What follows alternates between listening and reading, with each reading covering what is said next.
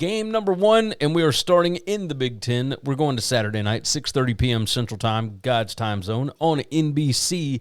Oregon is taking on Penn State. Penn State currently a 3.5-point home favorite, total of 52.5.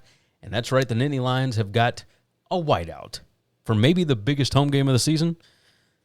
I think that's what I would constitute this one. I mean, this is going to tell us everything about Penn State this year. This is what we have wanted to know about this team.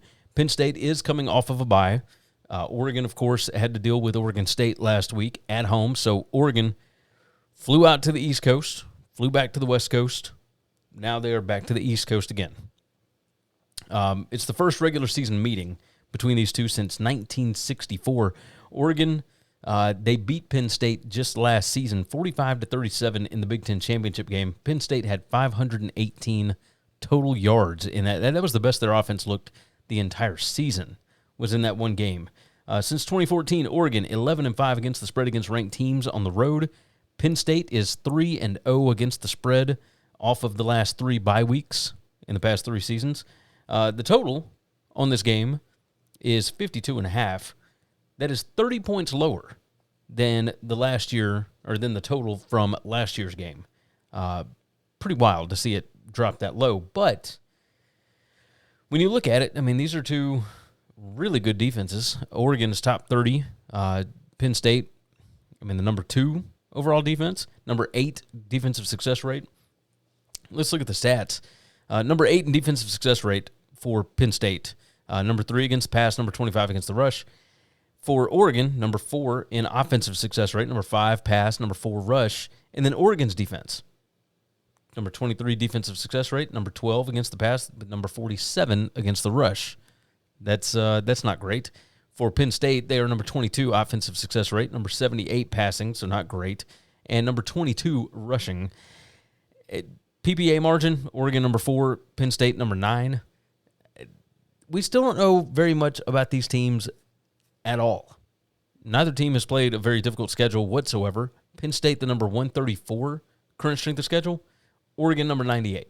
So Oregon has at least faced some teams with names, Oklahoma State, Oregon State, etc., but those teams are shells of what they used to be.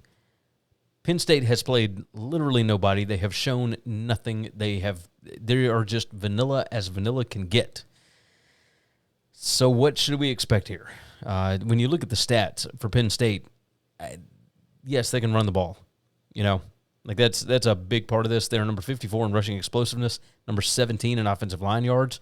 Oregon's defense is number 40 in offensive line yards allowed. Penn State number 1 in stuff rate. Oregon number 88 in stuff rate. I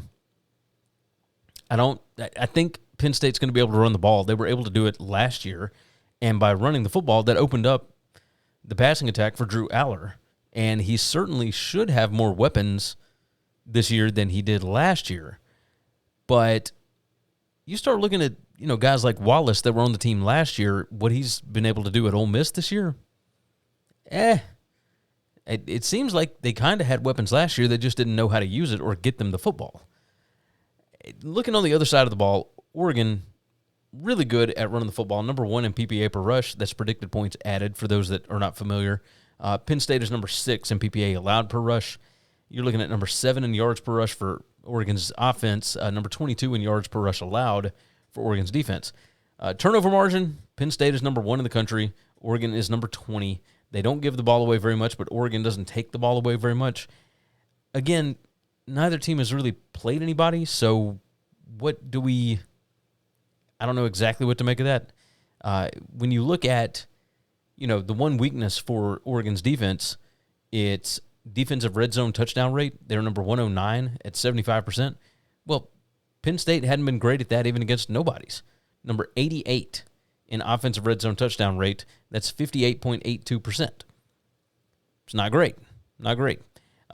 You start trying to do matchups as far as position battles, etc. These are two pretty evenly matched teams. The only weakness looks like it might be Oregon's defensive line, but I've seen those dudes. They don't have a ton of experience, but they got the talent to be able to show up in a game like this. Penn State number 9 in overall talent rank. Oregon number 7. Special teams efficiency, Oregon is better in that position. As far as net explosiveness, Penn State number 36, Oregon number 38.